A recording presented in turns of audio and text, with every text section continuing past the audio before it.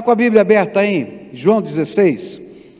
Eu quero começar pelo último versículo, e ainda que a gente vai estudar o capítulo todo, mas eu quero começar pelo último versículo, porque o último versículo fala para a gente do que Jesus está explicando no capítulo 16. Verso 33 diz assim: eu digo isso para que, por estarem unidos comigo, vocês tenham paz.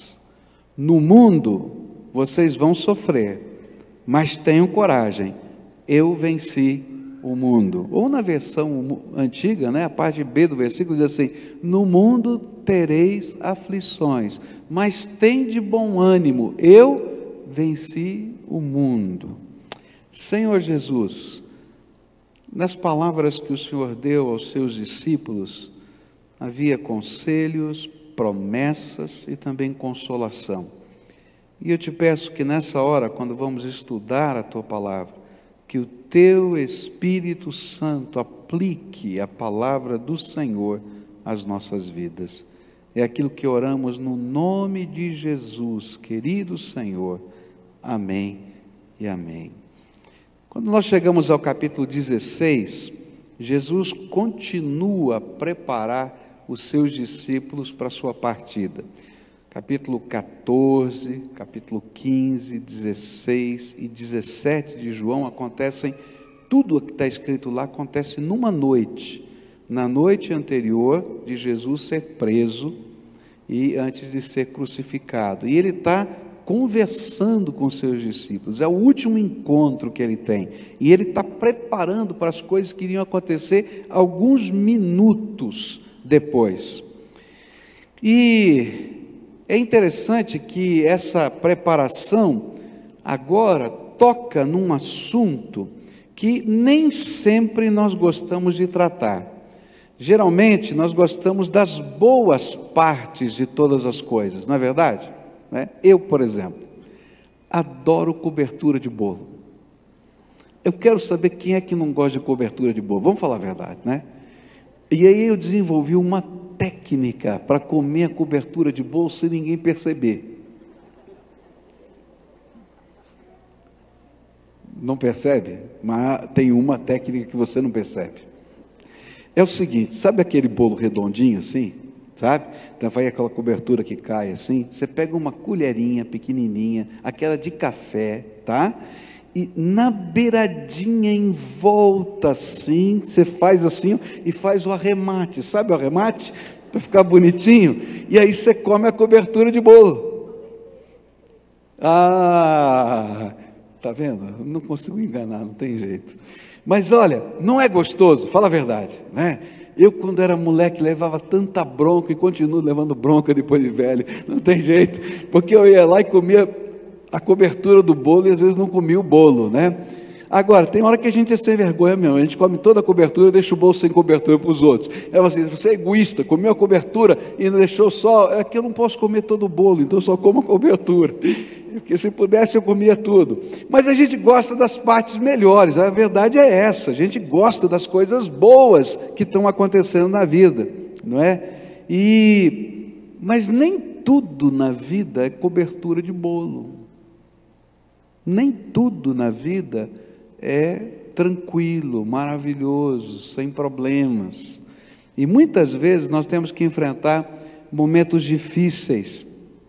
E era justamente isto o que Jesus estava tentando trabalhar no coração dos seus discípulos, que mesmo na nossa jornada espiritual, nem tudo é cobertura de bolo, nem tudo é um momento tranquilo, a gente passa por lutas, por aflições, e ele estava dizendo, olha, vocês, meus discípulos, apóstolos cheios do Espírito Santo, pessoas que fariam coisas tremendas na terra, ele estava dizendo para essas pessoas, no mundo vocês vão ter aflições, mas tem de bom ânimo, eu venci o mundo.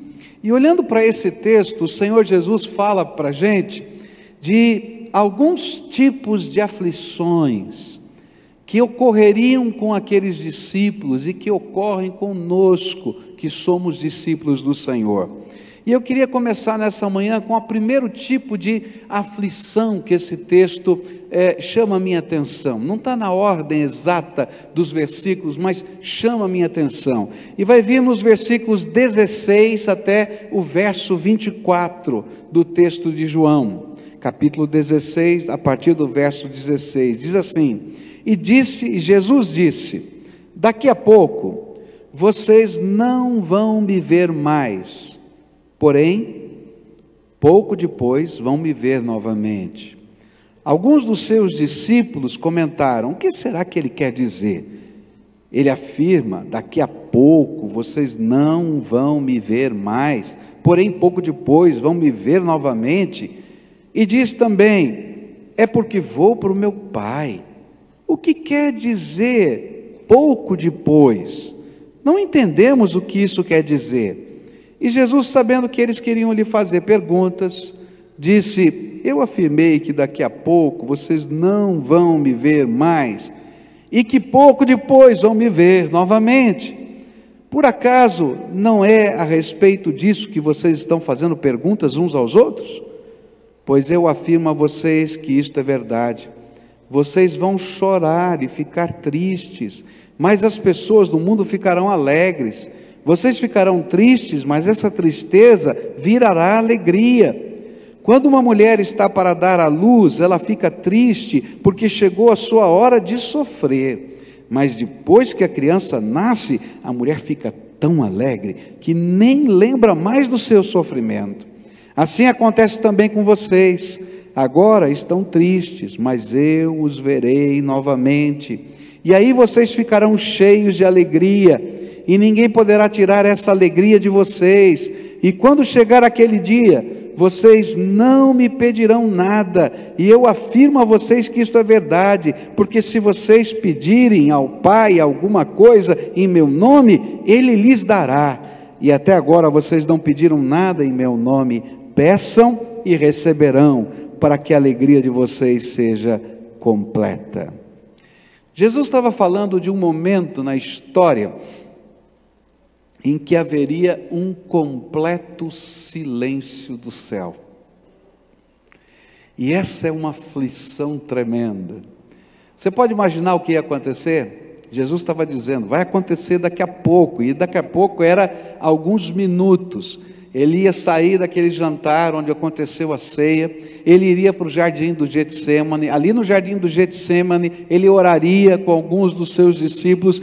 Esses discípulos estariam cansados demais, iam pegar no sono enquanto estavam orando, porque não tinham discernimento do momento que estava acontecendo. E logo depois chegariam os soldados para prendê-lo. Os soldados o levariam, aqueles discípulos com medo se dispersariam. Pedro ia seguir de longe, ia negar Jesus naquela noite. Ele seria julgado,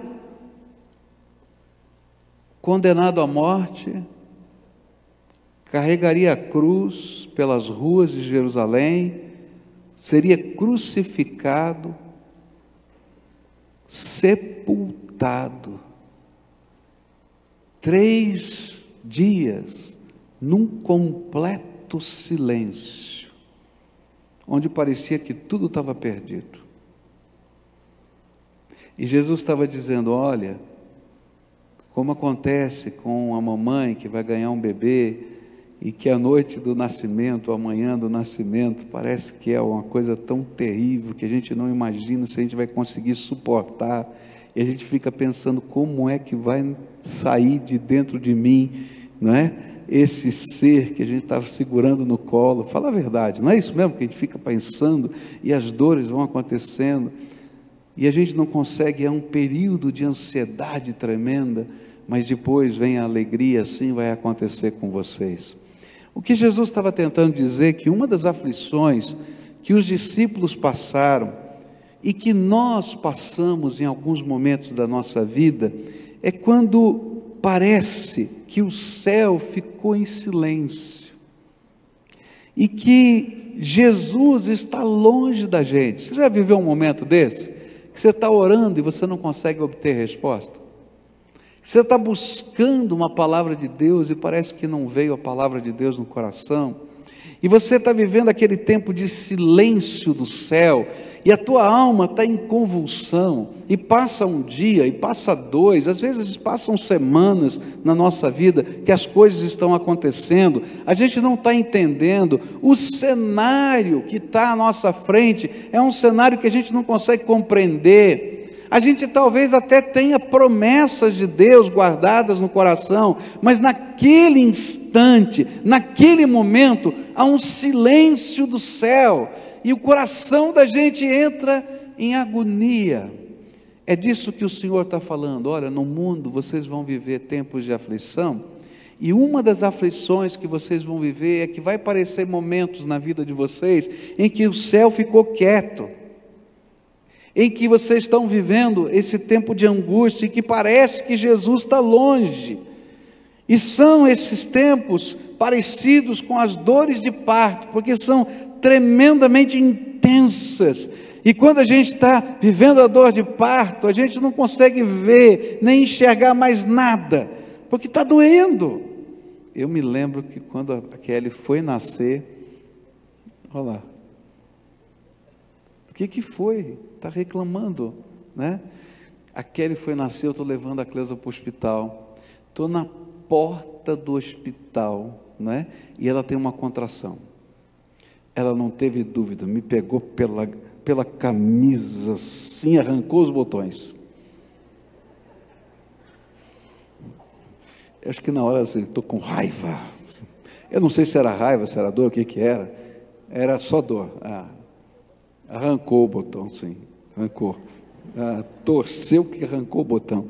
É verdade, né? Naquela hora a gente não vê nada, a gente está só vivendo a intensidade de tudo que está acontecendo na vida da gente. Mas quando a Kelly nasceu, a mechinha branca do cabelo dela, né? E a gente estava lá na sala de parto. Que coisa linda, que alegria no coração da gente. O que o Senhor estava tentando dizer para a gente, dizer para aqueles discípulos, é que enquanto havia o silêncio do céu, Deus não havia parado de trabalhar, porque Ele estava preparando a maior de todas as alegrias para os seus discípulos e para nós. Porque naqueles 3 dias, Ele desceu ao Hades por nós, ao inferno, e tomou das mãos de Satanás as chaves da morte e do inferno. E quando Ele ressuscitou no 3º dia e apareceu aos seus discípulos, Ele não apenas retornou outra vez, mas Ele trazia nas suas mãos a capacidade, o poder de salvar todo aquele que cresce no nome dEle. E Ele estava dizendo, olha, por um pouco de tempo vocês não vão me ver, mas não é que eu parei de trabalhar, não é que eu parei de abençoar, não é que eu esqueci de vocês, mas é porque eu estou investindo na bênção que vocês precisam. E naquela manhã do domingo, a alegria que eles sentiram não podia ser roubada. E isso tudo acontecia porque o céu agora estava aberto para os seus discípulos, e o que Jesus estava dizendo era que, ainda que parecesse que naquele momento havia um silêncio absoluto, por causa da morte e ressurreição de Jesus, agora o céu estava aberto, e eles podiam ir direto ao trono da graça, e Ele vai dizer, agora vocês podem pedir tudo, vocês ainda não pediram, mas podem pedir tudo o que vocês quiserem, porque o céu se abriu para vocês. Onde eu quero chegar com tudo isso? No mundo tereis aflições. E na jornada da vida espiritual, uma das aflições mais complicadas para um crente é quando a gente quer ouvir uma resposta e a gente ainda não ouviu. Quando a gente está batendo na porta da graça, e a gente está falando com o Pai, e a gente não conseguiu discernir a resposta, e parece que Deus não se importa. Parece aquela história do barquinho, lembra? Em que Jesus está dormindo no barquinho e está a tempestade acontecendo, e os discípulos vão lá e acordam Jesus e dizem assim: Jesus, tu não te importas que estejamos perecendo? E Jesus olha para eles e diz assim: mas que homens de pequena fé são vocês? Ele se levanta, repreende o vento e o mar, e vem a bonança. E ele diz: olha, vocês ainda não entenderam quem eu sou e quanto eu amo vocês. Muitas vezes na jornada da nossa vida a gente vai passar por momentos de silêncio. Eu não sei explicar por que esses momentos de silêncio vêm. Eu só posso dizer para você que esta é uma das aflições que Jesus disse que nós passaríamos. E que quando nós passássemos pelos momentos de silêncio, não era momento da gente desistir da nossa fé, mas ao contrário, de entender que mesmo quando eu não estou vendo, mesmo quando eu não estou entendendo, mesmo quando eu não estou percebendo, mesmo quando eu não estou sentindo, o Senhor que nos ama continua trabalhando a nosso favor, e que no momento certo, como aquela manhã do domingo, Ele vai revelar a grandeza dEle, o amor dEle, e ninguém vai poder roubar de nós a alegria que Ele está semeando no nosso coração. E o que a gente faz enquanto o silêncio do céu vem? Talvez você esteja vivendo um momento de silêncio. Então Jesus disse assim: olha, como eu já passei pela cruz, e como já fui ao Hades, e como eu já abri o céu para você, peçam tudo o que está no coração de vocês. Falem com o Pai, abram a sua alma, chorem na sua presença, batam na porta da graça de Deus, insistam, como aquela viúva insistia diante do juiz, e foi isso que Jesus ensinou. O tempo de silêncio é o tempo da busca, o tempo do silêncio é o tempo da gente não sair dos pés de Jesus. O tempo do silêncio é o tempo em que a gente abraça a graça de Deus pela fé e diz: Senhor, ainda não entendi, mas eu sei que o Senhor está me ouvindo e que coisas tremendas do Senhor vão acontecer, então revela para mim o que o Senhor vai fazer, dá pelo menos um lampejo. E sabe, no meio dessas coisas todas, o céu se abre outra vez e Deus derrama graça sobre a nossa vida. Então, lembra disso: no mundo tereis aflições, mas tende bom ânimo, eu venci o mundo. E se você está vivendo o tempo do silêncio, bate na porta da graça de Deus e não sai de lá, não sai de lá, e diz: Senhor, eu vou continuar aqui te buscando, porque no tempo certo, o Deus que não parou de trabalhar, porque Ele não dorme e nem dormita, diz o Salmo, o livrador, o salvador, o protetor de Israel, não está dormindo, Ele está trabalhando a nosso favor, porque Ele nos ama. Segundo tipo de aflição que esse texto fala para a gente, vai aparecer nos primeiros versículos. Versículo 1 em diante, a Bíblia vai dizer assim, do versículo 1 a 15, e Jesus disse ainda: eu digo isso para que vocês não abandonem a sua fé. Vocês serão expulsos das sinagogas, chegará o tempo em que qualquer um que os matar, pensará que está fazendo a vontade de Deus. E eles vão fazer essas coisas porque não conhecem nem o Pai, nem a mim. Mas eu digo isso para que quando essas coisas acontecerem, vocês lembrem que eu já os tinha avisado. E Jesus continuou: eu não disse isso antes, porque ainda estava com vocês, porém agora eu vou para junto daquele que me enviou, e nenhum de vocês me pergunta: aonde é que o Senhor vai? mas porque eu disse isso, o coração de vocês ficou cheio de tristeza. Eu falo a verdade quando digo que é melhor para vocês que eu vá, pois se eu não for, o auxiliador não virá, mas se eu for, eu o enviarei a vocês. E quando o auxiliador vier, ele convencerá as pessoas do mundo de que elas têm uma ideia errada a respeito do pecado e do que é direito e justo, e também do julgamento de Deus. As pessoas do mundo estão erradas a respeito do pecado, porque não creem em mim. Estão erradas a respeito do que é direito e justo, porque eu vou para o Pai, e vocês não vão me ver mais. E também estão erradas a respeito do julgamento, porque aquele que manda neste mundo já está julgado. Ainda tenho muitas outras coisas para lhes dizer, mas vocês não poderiam suportar isso agora. Porém, quando o Espírito da verdade vier, ele ensinará toda a verdade a vocês. O Espírito não falará por si mesmo, mas dirá tudo o que ouviu e anunciará a vocês as coisas que estão para acontecer. E ele vai ficar sabendo o que tenho para dizer e dirá a vocês, e assim ele trará glória para mim. Tudo o que o Pai tem é meu. Por isso eu disse que o Espírito vai ficar sabendo o que eu lhe disser e vai anunciar a vocês.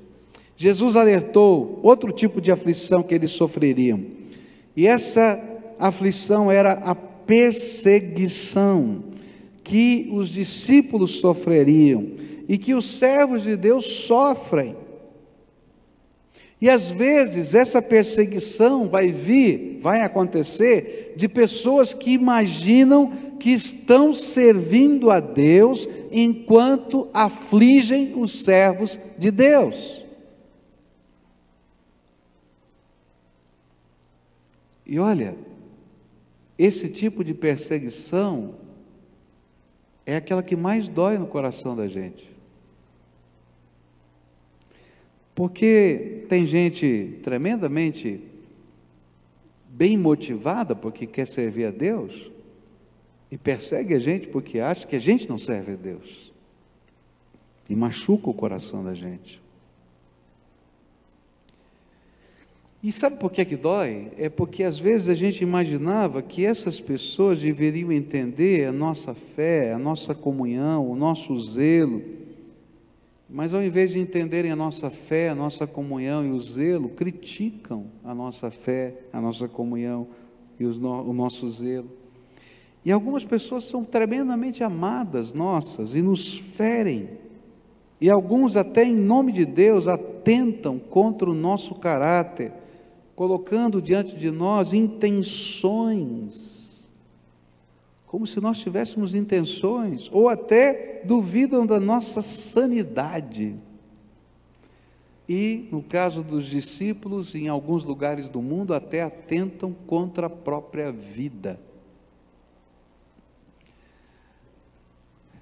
Eu não sei se contei aqui para vocês, mas numa dessas viagens, eu ouvi o pastor Samé, um amigo nosso já esteve pregando aqui do Egito, contando a história de um jovem que se converteu na igreja dele no Egito, um jovem muçulmano, começou a frequentar a igreja e começou a ouvir a palavra de Deus entrou no coração, ele creu em Jesus como Senhor e Salvador da sua vida, e chegou um dia que ele não podia mais ficar em segredo com essa verdade dentro da sua alma, e foi procurar o seu pai, para contar ao seu pai que ele não era mais muçulmano, mas ele era um cristão. E o pai dele então olhou para ele e disse assim: eu já sei, há muito tempo que você virou cristão. E ele disse: como o senhor sabe? Não, eu tenho percebido, você, a igreja e tudo mais, eu tenho percebido, há muito tempo. E há muito tempo eu tentei cumprir a minha obrigação de pai muçulmano, porque como pai muçulmano ele tinha que matar o seu filho. E já faz semanas que eu tenho colocado veneno na sua comida. Mas pode continuar a servir o teu Deus, porque nenhum dos mais poderosos venenos que eu pus na tua comida conseguiu te matar. Esse teu Deus é forte. Agora, de um lado, eu digo aleluia, porque a graça de Deus esteve lá. Mas você já parou para pensar, ouvir um pai falar que botou veneno na tua comida? Você pode imaginar o que esse moço vai sentir pelo resto da vida? Consegue entender? Aleluia, Jesus me libertou, mas meu Pai, em nome de Deus, quer me matar. Está entendendo? Às vezes são palavras que vêm e nos ferem, que nos machucam. Às vezes não conseguem entender por que a gente está vivenciando uma fé tão tremenda, tão intensa. Imagino que a gente ficou maluco, mas é que a gente está vivendo algo de Deus na nossa vida, que não é apenas uma liturgia, é um experimentar da graça no coração da gente. E que a gente mais deseja é que essa graça que a gente está experimentando, e não apenas aprendendo, mas vivenciando, pudesse tocar de alguma maneira você que a gente ama. E às vezes a gente fica chato, tem que falar a verdade, porque a boca fala do que o coração está cheio. Se o coração está cheio dessa alegria, a gente só sabe falar disso. Mas aí entram os conflitos dentro da casa. E aí, as palavras do Senhor Jesus estavam alertando para isso que aconteceria no passado, mas que continuava a acontecer na história. E ele começou a dar algumas recomendações que eu queria deixar com você. A primeira delas está no versículo 1. Ele diz assim: eu digo isso para que vocês não abandonem a sua fé. Não desistam, pois toda perseguição tem um único objetivo: nos dissuadir do nosso compromisso com Jesus como Senhor absoluto da nossa vida. E é por isso que a gente não pode desistir.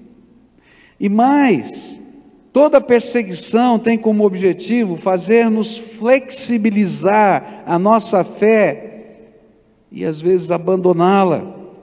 Mas o que Jesus afirmou é que se tais coisas estão acontecendo, elas estão acontecendo porque as pessoas ainda não conhecem a grandeza da graça de Deus que está operando na sua vida.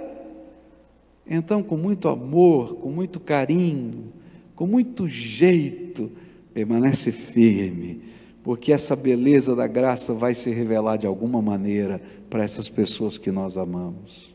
Como para esse homem que eu falei, que ele teve que reconhecer que algo tremendo e sobrenatural, que ele não conseguia entender, estava acontecendo na vida do seu filho, porque como pai muçulmano, ele pegou o veneno e colocou na comida, e colocou um dia, e colocou mais no outro dia, e colocou mais ainda no outro dia, e não aconteceu nada, porque a graça de Deus estava acontecendo. Ele não sabe explicar, ele não sabe entender, mas a glória de Jesus estava lá.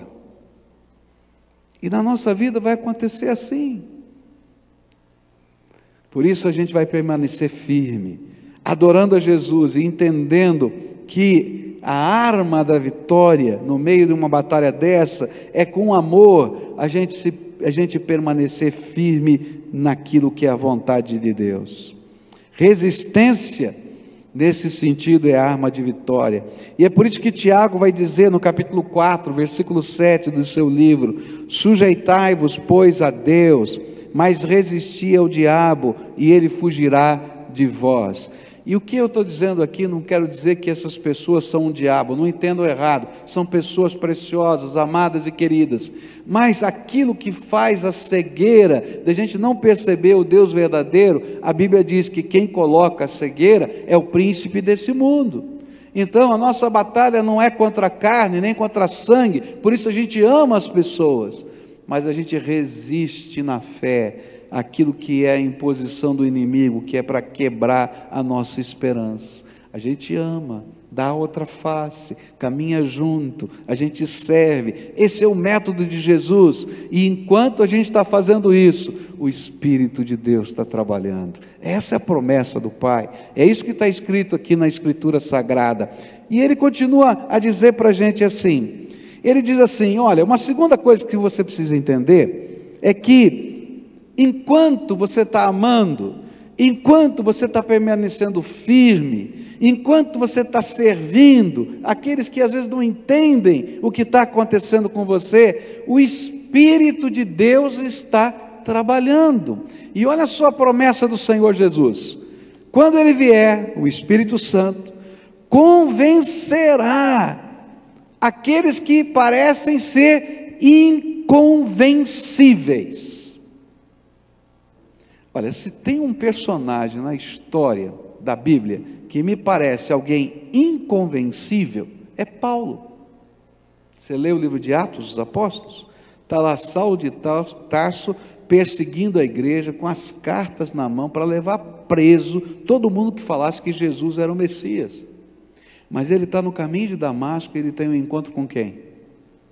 Com Jesus. Ninguém ia convencer esse homem, não tinha palavra que convencesse, não tinha argumento, não tinha pregador, mas na hora que ele teve a visão de Jesus, não tem quem pudesse permanecer em pé diante do Santo Senhor, e ele literalmente caiu do cavalo, né? Caiu com a boca no pó, ele viu a glória de Jesus, e ele perguntou: quem és tu? E Jesus disse: eu sou o Cristo a quem tu persegues. Dura coisa é para você lutar contra o aguilhão, de estar escoiciando contra o ferrão, é loucura. Eu sou o Senhor, eu sou o Messias. E ali ele se converte. O inconvencível se convence pela revelação da presença do Senhor Jesus. E a promessa do Senhor Jesus é a seguinte: olha só que coisa tremenda. Verso 8 diz assim: quando o auxiliador vier, ele convencerá as pessoas do mundo de que elas têm uma ideia errada a respeito do pecado, e do que é direito e justo, e também do julgamento de Deus. As pessoas do mundo estão erradas a respeito do pecado, porque não creem em mim. Estão erradas a respeito do que é direito e justo, porque eu vou para o Pai e vocês vão me ver, não vão me ver mais. E também estão erradas a respeito do julgamento, porque aquele que manda nesse mundo já está julgado.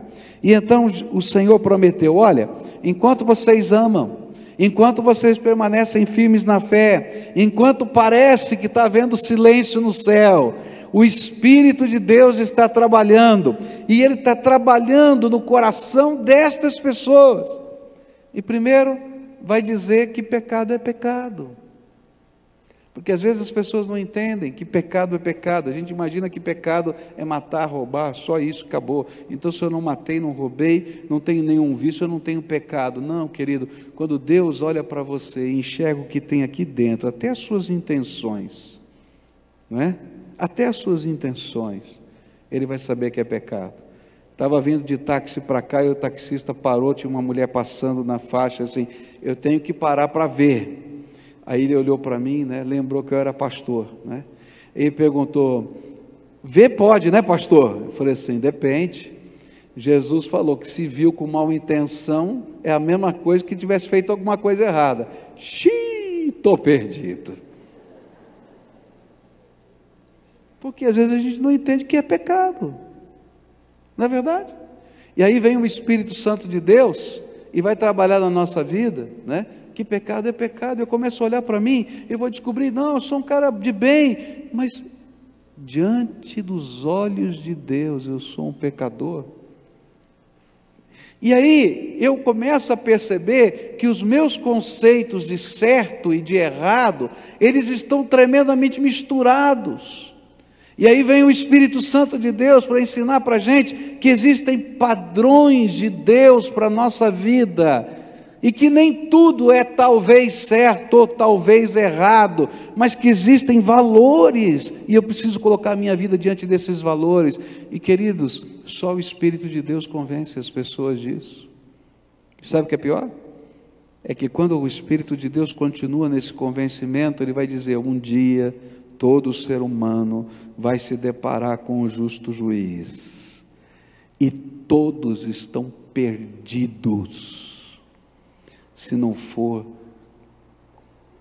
a graça salvadora de Jesus, esse fogo que está pegando aí na alma desse menino, dessa menina, desse jovem, desse moço, desse homem de cabelos brancos, que agora recebeu Jesus como Senhor da sua vida, porque não é a religião que faz a gente passar por esse juízo, é a presença viva de Jesus, eletrizando a nossa vida, dando novos rumos, novos valores, novas perspectivas.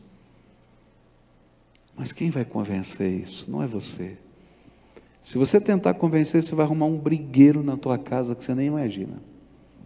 Agora, se você continuar amando, servindo, e mesmo na hora que parece haver silêncio de Deus, saiba, o Espírito de Deus está trabalhando no coração das pessoas que você ama. Continua amando, e aí o Espírito de Deus vai falar sobre pecado, vai falar sobre certo e errado, e um dia vai haver aquela sensação: eu não estou preparado para me encontrar com Jesus e nem com Deus, e eu preciso que alguma coisa aconteça na minha vida. E esse vai ser o dia em que você vai poder ver, quem sabe não vai ser nem um agente, porque Deus tem os seus meios, você vai ver Deus trabalhando mudança, transformação na vida das pessoas que você ama. Por isso Jesus estava dizendo: no mundo vocês vão ter aflição, mas tem bom ânimo, porque eu venci o mundo. E a Bíblia vai dizer que Deus vai ser glorificado, e Jesus vai ser glorificado, porque Ele vai repartir, através do seu Espírito Santo, tudo que Jesus tem direito lá no céu, para todos aqueles que permanecerem fiéis na sua jornada. Isso está nos versículos 14 e 15, e Ele está dizendo: olha, você pode contar com o poder do Espírito Santo, mesmo no meio das perseguições, porque o Espírito de Deus vai glorificar Jesus, manifestando o seu poder no tempo devido, na sua vida, no dia a dia da sua casa, lá no trabalho, no lugar que as pessoas às vezes estão rindo, que não estão compreendendo. Você vai manter a firmeza, o amor, o jeito de Jesus, dar outra face, servir, e a graça de Deus vai se revelar na vida dessas pessoas. Quais serão os meios? Eu não sei. Quais serão os meios? Eu não sei. Mas eu sei que Deus está trabalhando, mesmo quando parece que é um grande silêncio. Nessa manhã eu queria orar por você. Essa é uma palavra de consolação, não é verdade? Quem sabe você está no meio da aflição. Se você estiver no meio do silêncio, lembra, Deus está trabalhando, Ele não está dormindo, Ele está fazendo algo que você não consegue entender, Ele está trabalhando. Então fala para você mesmo: o meu Deus está trabalhando. Fala aí, fala assim: o meu Deus me ama, Ele é o meu Salvador, o meu Senhor, não é isso? Então eu não vou desistir. E enquanto eu estou esperando, o que você vai fazer? Vai chorar aos pés dele, vai dizer: Senhor, lembra da tua promessa, Senhor, estou aqui esperando, abrevia o tempo da espera. Isso eu posso orar. E quando eu aprendi isso agora, eu oro direto. Senhor, abrevia o tempo da espera, manda logo, Senhor, manda, não é verdade? Se eu posso orar, eu vou falar isso para Ele. Ele diz que eu posso lançar sobre Ele toda a minha ansiedade, porque Ele tem cuidado de mim, tá? E se estiver havendo uma perseguição, às vezes pessoas que afrontam o seu caráter. Eu já fui afrontado no meu caráter várias vezes. Pessoas que falaram coisas ruins a meu respeito. E eu tenho aprendido com Jesus isso: a gente fica quieto, a gente não se defende, a gente ora, a gente abençoa, a gente serve. Na minha vida, às vezes eu esperei alguns anos, não foram dias, mas aqueles que mais me machucaram, um dia bateram na porta do meu gabinete e disseram assim: posso conversar com você? Pode. Vai dizer: eu queria te pedir perdão, porque não foi correto o que eu fiz. Às vezes eu não tive o entendimento, às vezes até fiz por mal, Mas todas as situações até hoje, o Senhor fez assim. Não foi no dia seguinte, foram anos, mas não faz mal, porque eu estou servindo a Jesus, e enquanto eu estou servindo a Jesus, eu tenho paz. E se não vierem falar comigo, porque pode ser que não venham, eu continuo servindo a Jesus, cheio de paz, e orando para que o Espírito Santo de Deus faça o quê? Convença do pecado, da justiça, do que é certo, do que é errado, e do juízo eterno. Porque um dia todos nós vamos prestar contas diante do justo juiz. Eu também, e você. E precisamos estar preparados. E só Jesus é o nosso preparo. Então guarda isso no teu coração. Quero orar por você.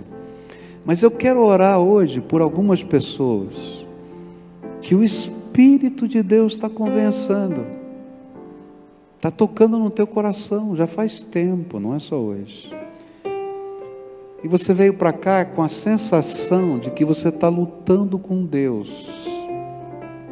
E hoje o Espírito Santo de Deus falou: olha, para de lutar e se rende. Deixa eu ser o teu Deus, o teu Senhor, o teu Salvador. E às vezes a gente faz isso cheio de boas intenções, mas a gente não está lutando com pessoas, a gente está lutando com Deus. E o Espírito de Deus está falando para você: filho, hoje eu quero te ensinar alguma coisa nova, que não vai ser uma palavra que vai fazer isso. Eu quero visitar o teu coração, e quero que você experimente do meu poder na tua vida. Eu quero visitar a tua alma. Eu quero que isso seja uma verdade que você não vai conhecer de ouvir falar, mas de experimentar. E eu queria orar com essas pessoas que estão ouvindo a voz do Espírito, porque quem fala não é o pregador, quem aplica a mensagem é o Espírito Santo, Ele que convence. Então, se você está ouvindo a voz do Espírito de Deus no teu coração, a Bíblia diz: não endureça o seu coração. Porque quando a gente endurece o coração, a gente está lutando contra Deus. E quem pode ganhar de Deus? É loucura. Então, se hoje o Espírito Santo de Deus está falando com você, eu queria orar por você. Pessoas que Deus está falando: hoje eu quero fazer alguma coisa nova na tua vida. Você está disposto a deixar eu mexer do meu jeito? Você sabe que eu tenho falado com você e você tem resistido. Então, hoje, deixa eu começar alguma coisa nova. E você quer dizer: Senhor, tá bom, vai ser do teu jeito, vai ser do teu jeito, eu me coloco nas tuas mãos. Eu vou convidar essas pessoas para virem aqui à frente para a gente orar. Eu sempre digo isso, vou repetir de novo. Não é porque esse lugar é poderoso, ou porque a oração do pastor é poderosa. Toda oração é poderosa, porque quem ouve é que é o poderoso que nos abençoa, que é Jesus. Mas sabe por que eu chamo para vir aqui na frente? Porque a primeira grande tentação que eu vivo, e você vive, é dizer assim: tá bom, Senhor, o Senhor já me convenceu, mas eu vou fazer do meu jeito, vou ficar aqui, vou fazer assim, vou fazer assado. Querido, você está fazendo do teu jeito a vida inteira e não funciona. A grande diferença é parar de fazer do teu jeito para fazer do jeito de Jesus. E quando eu chamo você aqui para frente, é para você saber se você vai continuar fazendo do teu jeito, ou se você vai dizer: tá bom, Senhor, eu me rendo, o Senhor é que tem o controle da minha vida. Eu vou aprender, eu não sei como é que vai ser, mas eu vou me colocar nas tuas mãos. Se o Espírito de Deus está falando com você, vai saindo do teu lugar para cá. Eu quero orar por você, quero pedir a bênção de Deus sobre a tua vida. Vem para cá, onde você estiver, se estiver lá em cima, desce essas escadas aqui, venha para cá, eu quero orar com você hoje. Quero pedir essa bênção de Deus na tua vida, essa batalha que você está vivendo aí. Você vai dizer: não, eu vou entregar, eu vou colocar, porque a batalha sou eu com Deus. Então não dá, deixa Deus agir na tua vida. Vem para cá. O Espírito Santo de Deus falou com você hoje? Você sabe que foi Ele que falou com você? Então responde responde à voz do Espírito, aquilo que Ele falou para você, e toma a atitude que Ele está esperando que aconteça na tua vida. Então vem para cá para a gente orar junto, tá? Isso, pode vir. Se tiver uma família que está vivendo uma batalha, e Deus está dizendo, eu quero mexer nessa casa, para reconstruir essa casa, mas não vai ser do teu jeito, não vai ser do jeito do teu marido, não vai ser do jeito do teu filho, vai ser do meu jeito. Vem a família toda, para Deus entrar nessa casa e começar alguma coisa nova. Não vai ser do teu jeito, vai ser do jeito de Deus. Vem marido, vem mulher, vem filho. Se o filho estiver longe, vai buscar teu filho, vai traz para cá e diz, olha, nós todos precisamos do jeito de Jesus na nossa vida. Venha, e a gente vai estar orando ao Senhor agora, tá? Tem mais alguém? Vem rápido para a gente orar. Eu sei que eu me excedi aqui no tempo hoje, me perdoem, mas é tão sério que a gente está falando, não é? Tão sério, e a gente quer colocar isso tudo na mão do Senhor. Aleluia, aleluia, graças a Deus, graças a Deus. A gente vai orar, tá bom? Isso, venha, vamos esperar você chegar aqui. Isso, venha. A primeira oração eu nunca posso fazer, essa é a tua oração. O que o Espírito Santo falou com você? E que você tem que deixar dizer, vai ser do teu jeito, Deus. Que perdão, quem sabe, você tem que dar para alguém que te feriu nesse processo. Eu não sei o que está acontecendo, você sabe, mas eu queria que você usasse as tuas palavras agora e dissesse, Jesus, eu me rendo. Não vai ser mais do meu jeito. Me ensina a fazer do teu jeito. Eu vou parar de lutar contra aquilo que o Senhor está querendo fazer. Eu preciso de um milagre lá, mas não sou eu que vou construir isso. Me ajuda. Eu não sei, porque eu sou teimoso, mas me ajuda. Eu quero aprender e vou dar um passo de cada vez. Me ajuda, Senhor. Aí sabe, pede para Ele entrar no teu coração. Não existe altar mais importante no mundo do que o teu coração. E diz, Jesus, instala o teu reino dentro do meu coração. E quando o Senhor instalar o teu reino dentro do meu coração, pode dar as ordens de rei, porque eu sou teu servo, teu súdito. Me ensina. Pode falar para Ele, eu não estou procurando uma religião, porque já estou decepcionado de religião, mas eu quero o Senhor na minha vida. Eu quero experimentar o fogo da tua presença no meu coração. Agora eu quero orar por você, posso? Senhor Jesus, essas pessoas estão aqui, não é por causa da igreja, não é por causa do pastor, não é por causa do nome, da placa que está lá fora da igreja, porque tudo isso vai passar, Senhor. A tua palavra diz que isso tudo um dia não vai existir mais. Mas a tua palavra diz que as tuas palavras não vão passar. A tua palavra diz que céus e terra passarão, mas a tua palavra não vai passar. E nós, Senhor, estivemos estudando a tua palavra, e a tua palavra falou, Senhor, para a gente entender que no momento do silêncio o Senhor está trabalhando por nós. A tua palavra falou que o teu Espírito é que nos convence, que nós temos que amar as pessoas, servi-las, honrá-las, como Jesus ensinou, e deixar o teu Espírito. E que, Senhor, nesta hora, alguns estão dizendo, Senhor, eu vou descansar nos teus braços, e outros estão dizendo, Senhor, eu vou parar de lutar contra a tua voz.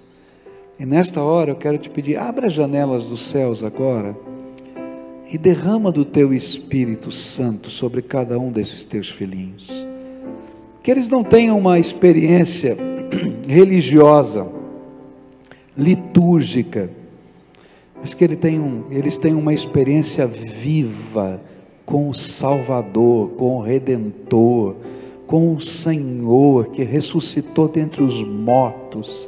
Eu quero te pedir, Senhor, inaugura o teu reino dentro do coração deles, que toda acusação de Satanás contra eles seja, Senhor, agora rechaçada, porque o sangue de Jesus, o Filho do Deus vivo, nos purifica de todo o pecado. Que nessa hora, Pai, toda desesperança seja colocada de lado e surja dentro de nós uma nova esperança, que suscite fé na certeza de que o Senhor nos ama e tem um plano para a nossa vida. E eu te peço, Senhor, abençoa essas vidas, abençoa essas casas. Eu não sei o que está acontecendo, mas Tu sabes. Abençoa, Pai, em nome de Jesus. Tu nos disseste que a gente podia pedir tudo, porque o céu estava aberto para nós. Para alguns eu quero pedir, abrevia o tempo da espera, Senhor, eles estão cansados. Para outros eu quero te pedir, Senhor, inaugura o tempo da graça, porque eles precisam, Senhor, viver a nova vida do poder do Teu Espírito. Abraça-o, Senhor, e que essa experiência seja um novo nascer na presença do Teu Espírito. É aquilo que eu oro em nome de Jesus. Amém, amém. Fica de pé, querido, fica de pé, viu? Levanta a cabeça. Sabe por quê? Você é filho do Deus Todo-Poderoso. Pode olhar para frente, porque quem é por você é o Deus Todo-Poderoso. E a Bíblia diz: se Deus é por nós, quem será contra nós? Tá? E quando você sair daqui, se for para a sua casa, não deixa de segurar na mão de Jesus. Tem um segredo que eu quero ensinar para você, muito simples. Separa um tempo teu, particular, para Jesus. Lá na tua casa, um cantinho que é só teu, que seja só teu. Fala com Jesus, deixa Ele falar com você. Não existe coisa mais tremenda do que experimentar Jesus aqui dentro do coração. Se hoje foi um dia especial para você, eu quero dizer que vai acontecer coisa muito melhor, porque o Jesus que você convidou para entrar aí na tua vida, Ele vai estar lá na tua casa, Ele vai estar lá quando você estiver indo para o trabalho, Ele não vai deixar de você, porque Ele vai dizer, Ele prometeu: eis que estou convosco todos os dias, até a consumação dos séculos. E olha, não é a igreja batista que faz isso, não é o pastor Pascoal, não é esse templo, quem faz isso é Jesus. Se você aprender a olhar para Jesus, você vai ver a graça de Deus na tua vida. Se você quiser caminhar com a gente aqui, vai ser um prazer, aleluia, graças a Deus. Eu vou falar isso com toda franqueza, mas eu quero dizer, eu não tenho esse poder, essa igreja não tem esse poder. E se alguma igreja disser que tem esse poder, é mentira. Porque a única pessoa que morreu na cruz por mim e por você foi Jesus. Então a nossa fé tem que estar firmada só numa pessoa, o Senhor Jesus. E sabe qual é a bênção? Você pode levar Ele aqui dentro, aqui, todo dia, tá? E o grande desafio de aprender a andar com Deus é deixar Jesus andar aqui dentro com a gente. Aí, se Jesus estiver andando aí dentro, você vai morrer de vontade de estar no meio do povo de Deus, adorando a Deus, porque isso dá uma fome na gente, a gente quer estar junto, mas primeiro tem que estar aqui, senão não tem valor, tá bom? Então vai na graça e na paz do Senhor Jesus, tá bom? Fica de pé todo o povo de Deus agora, vamos cantar, e a gente vai terminar esse culto com essa adoração, juntos aqui, tá bom? Louvando ao Senhor Jesus aqui, e a gente, quando terminar essa música, o culto vai ter terminado, e hoje à noite eu vou continuar falando sobre esse texto de João 16, no mundo, que Deus abençoe, tá? No mundo tereis aflição, mas tende bom ânimo, eu venci o mundo. Tem mais 2 aflições que eu quero falar nessa noite, tá bom? Canta com a gente. Olha só que letra linda, cobre-me com as tuas mãos. Com poder,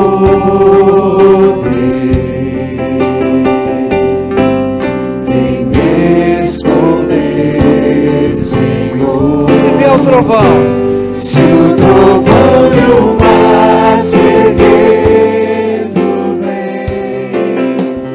Sobre a tempestade eu voarei,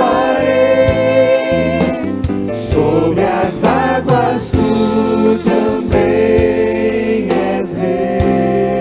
O que você vai fazer? Descansarei. Esse é o segredo, descansar nas mãos de Deus.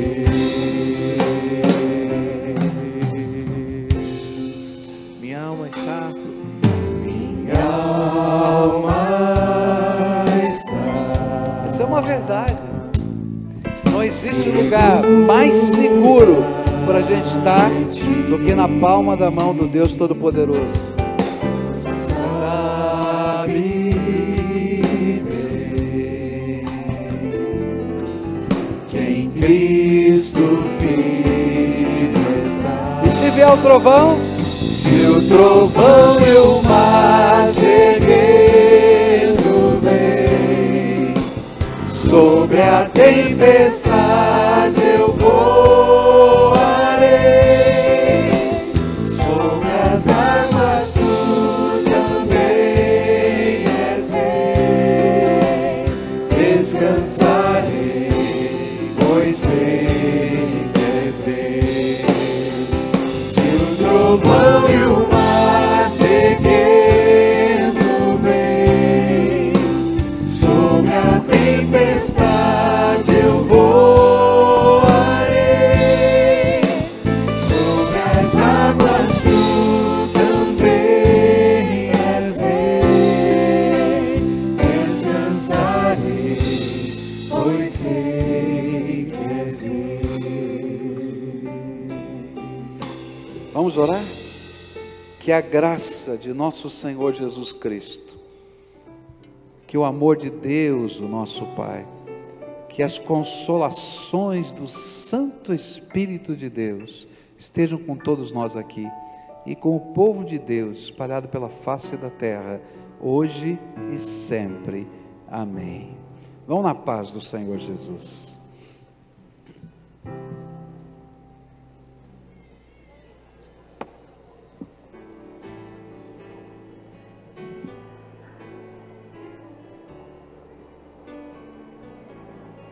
If I surveyed all the good things that come to me,